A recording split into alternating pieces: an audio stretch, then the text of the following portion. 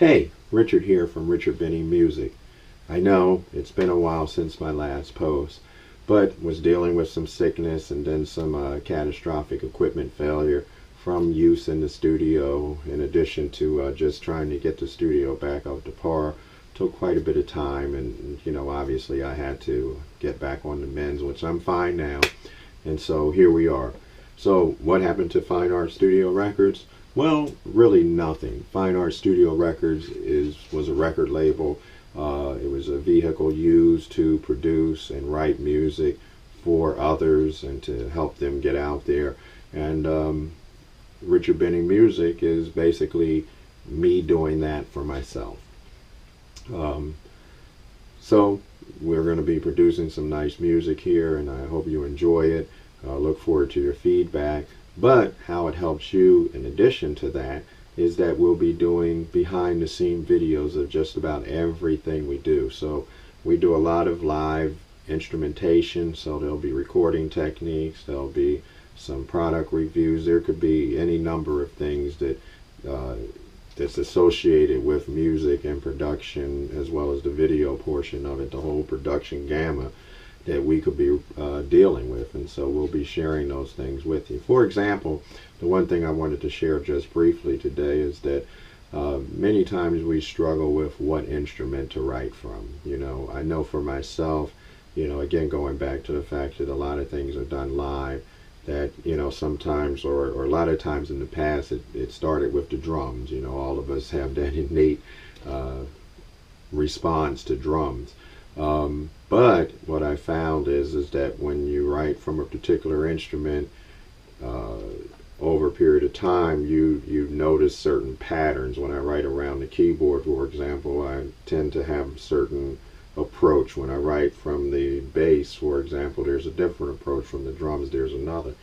But the main reason why we're talking about this is that whether you're playing live instruments or you're even doing things from samples, knowing what your key element is important. And I want to stress that, because knowing what your key elements are of your song, and initially starting with that first one, what you're kind of writing around, which in my case most of the time it's some melody or a keyboard part, helps you to really establish this song. And what I mean by that is, it's like a sentence. A sentence can't have multiple subjects. Otherwise, if you have too many subjects in the sentence, then the point of the sentence gets be clouded. And the same is really true with music. If we pile in too many parts and we cover or start masking that key element, then our song ultimately kind of implodes, because we lose that drive. And so that's why it's so important. That brings to question, how do you know what that element is? Well, generally, when you sit down, whether you intentionally come up with something in your head, or it's just by means of sometimes, doodling around on the piano. I have my vintage Wurlitzer here, and something strikes you and you start playing. Generally, that element is that key element. That's what kind of started you writing the song. That's invoking that certain feeling that you're feeling. And so always remembering not to start piling too much in. And that's the beauty of